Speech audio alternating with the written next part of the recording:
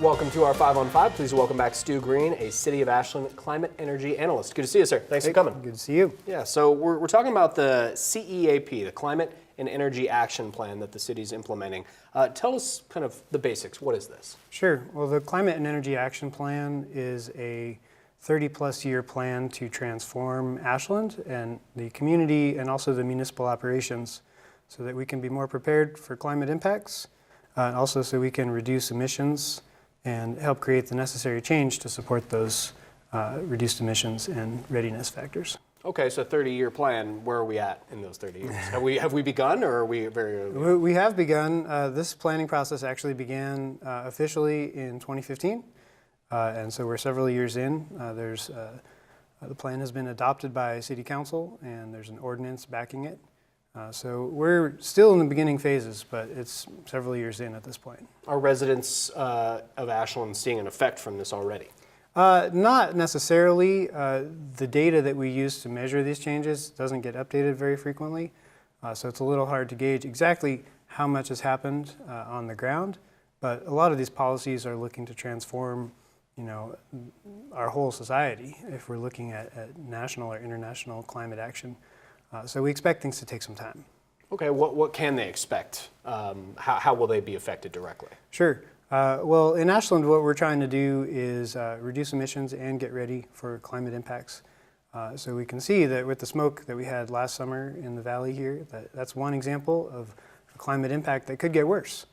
So we're really hoping to help people be prepared for that, but also for things like reduced water, potentially hotter days or longer periods of hot weather, as well as just general variability in what we might expect weather-wise.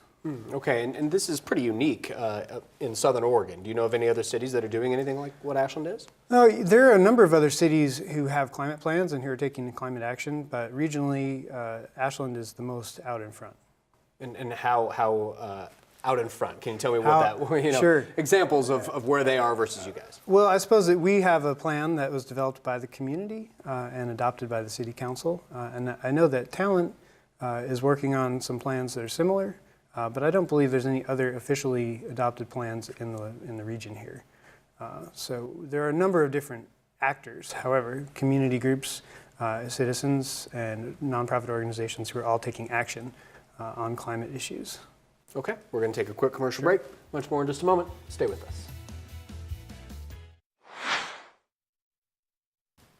Welcome back to our 5 on 5. Again, we're here with Stu Green, the City of Ashland Climate Energy Analyst. So we're talking about this Climate and Energy Action Plan the city's been working on, kind of leading the way for the Valley. What major areas would people start to see some change? Sure. Well, one of the ways that I think about the plan is just kind of divide it into a few different sections.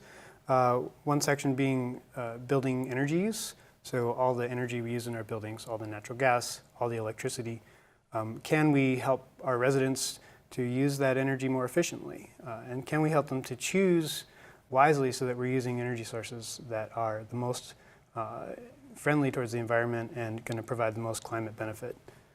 Okay, and so, forgive me, I'm going to reach for some examples here. Sure. You're smiling with good reason. So are we talking about like incentives for maybe gas over electric stove? Or are we talking about providing tips like, hey, go from the AC from 65 to 68, you'll save X amount of dollars? Sure, yeah, those are good examples. We're actually starting to remix our programs right now for the upcoming budget cycle. So hopefully we'll have some new offerings that we haven't had in the past, and I'm not sure what those are going to be just yet.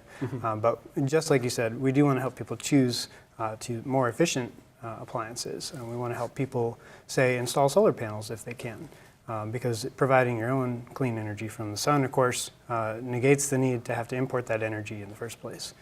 So transitioning the way we use energy in all of our buildings, across the community and also just city government buildings. Okay, what about transportation? We were talking about transportation during the commercial break.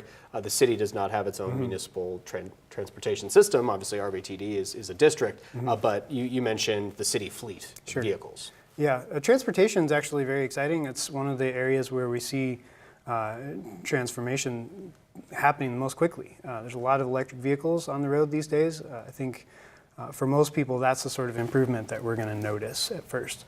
All the different electric vehicles. And within our city municipal fleet, we have started transitioning as many vehicles as we can. Of course, it's going to be a while before we have electric fire trucks, but passenger vehicles right now are already more affordable than their gasoline counterparts for the most part.